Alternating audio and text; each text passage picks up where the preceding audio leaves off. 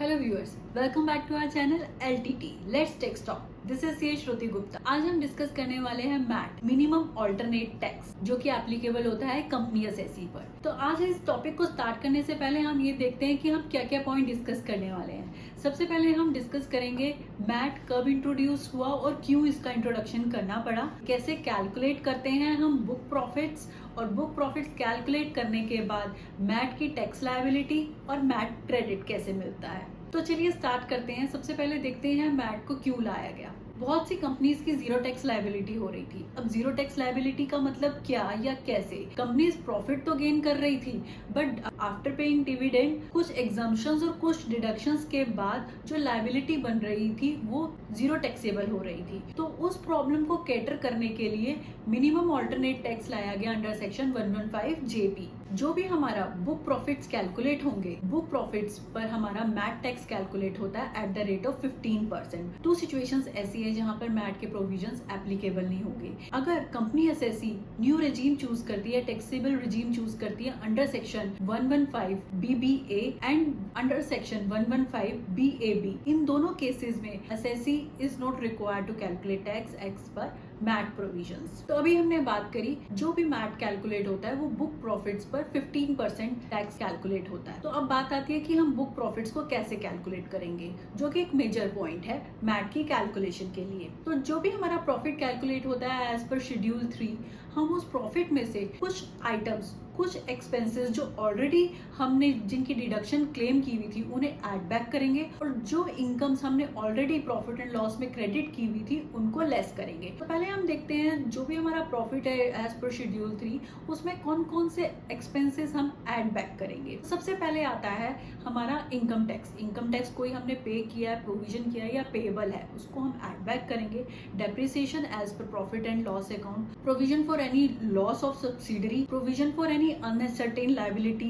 any dividend paid or proposed, any amount carried to reserves account, या फिर कोई हमारे को हमने ऐसा एक्सपेंस क्लेम किया है जिसकी income is exempt under section 10, under section 11 और under section 12, any provision created for any diminution in the value of asset, any reserve is created out of the profits। तो ये कुछ मेजर एक्सपेंसेस थे जो हम ऐड बैक करेंगे, जिनको हम ऑलरेडी डिडक्ट कर चुके होंगे व्हाइल कैलकुलेटिंग प्रॉफिट। अब नेक्स्ट पॉइंट आता है कि हमें कौन कौन सी ऐसी इनकम होंगी जिनको हमें लेस करना होगा। तो सबसे पहले आता है हमारा any amount withdrawn from reserves. कोई भी हमने अमाउंट विड्रॉ किया था रिजर्व्स में जो हमारा ऑलरेडी क्रेडिट था, उसको हम लेस कर देंगे while calculating book profits. Next आता है any income under section 10, under section 11, under section 12। जब हम आइटम्स को, कुछ एक्सपेंसेस को ऐड बैक कर रहे थे, तो हम उन एक्सपेंसेस को ऐड कर रहे थे जिनकी इनकम अंडर सेक्शन 10, 11, 12 थी, उनकी एक्सपेंसेस को हमने ऐड बैक किया था। ऐसे ही जब हम लेस करने वाले हैं तो उन हम इनकम्स को भी लेस कर देंगे।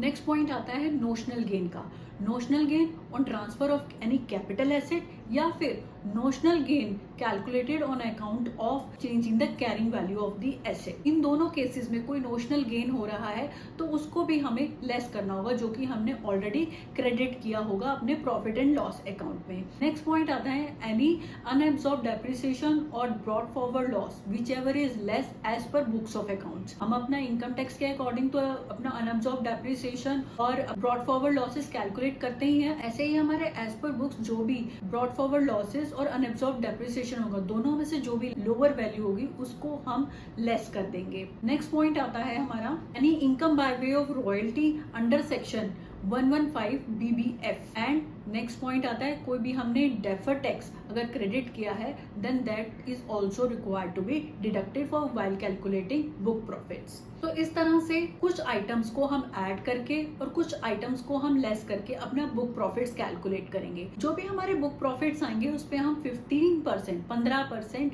टैक्स कैलकुलेट करेंगे। ये तो होगी हमारी वन साइड। दूसरी साइड हम जैसे नॉर्मली अपना as per income tax act normally tax calculate करते हैं, वैसे ही हम टैक्स कैलकुलेट करेंगे। तो दोनों को कंपेयर करेंगे, tax as per MAT, tax as per normal tax liability. तो दोनों में से जो भी हायर वन होगा that will be the tax liability for that respective assessment year. Next point आता है हमारा मैट क्रेडिट का। कौन सी ऐसी सिचुएशंस होती हैं जहाँ पे मैट क्रेडिट अवेलेबल होगा। जैसे अभी हमने ऊपर पॉइंट डिस्कस किया कि हमारी दोनों tax liabilities as per MAT, as per normal tax liability, जो भी हायर वन होगी वो हमारी टैक्स लायबिलिटी मानी जाएगी उस असेसमेंट ईयर की। इन केस हमारी मैट टैक्स लायबिलिटी हायर होती है तो उस केस में असेसी एलिजिबल होता है मैट क्रेडिट के लिए for the excess amount over the normal tax liability. For example हमारी नॉर्मल टैक्स लायबिलिटी थी 1 लाख और हमारी as per MAT tax liability आई 1,20,000। तो जो 20,000 है वो सब्सिक्वेंट ईयर्स में हमारे लिए क्रेडिट की तरह अवेलेबल होगा।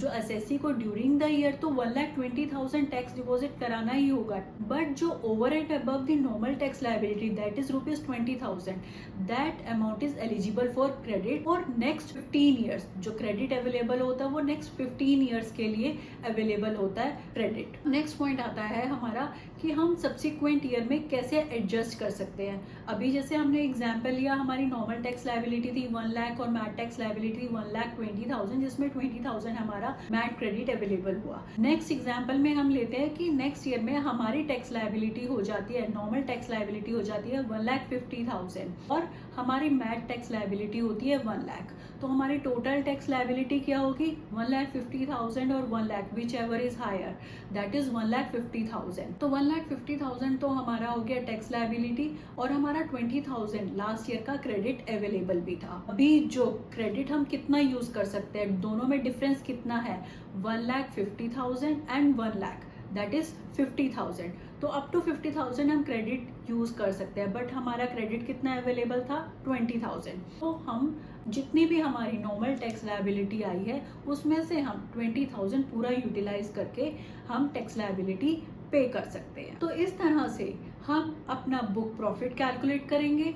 बुक प्रॉफिट के बाद अपनी टैक्स लायबिलिटी कैलकुलेट करेंगे which is higher of normal tax liability और MAT, whichever is higher. अगर हमारा मैट टैक्स लायबिलिटी हायर होती है तो उस केस में हमारा क्रेडिट अवेलेबल होगा over and above the normal tax liability, और जो भी हमारा क्रेडिट अवेलेबल होगा वो नेक्स्ट 15 सब्सिक्वेंट ईयर्स के लिए अवेलेबल होगा to be utilized against normal tax liability. जब भी हमारी नॉर्मल टैक्स लायबिलिटी हमें पे करनी होगी उस केस में हम अपना मैट क्रेडिट अवेल कर सकते हैं। तो ये था हमारा all about MAT tax liability. हम मैट कैसे कैलकुलेट कर सकते हैं और हम कैसे उसका क्रेडिट ले सकते हैं। आई होप आपको क्लियर हुआ होगा।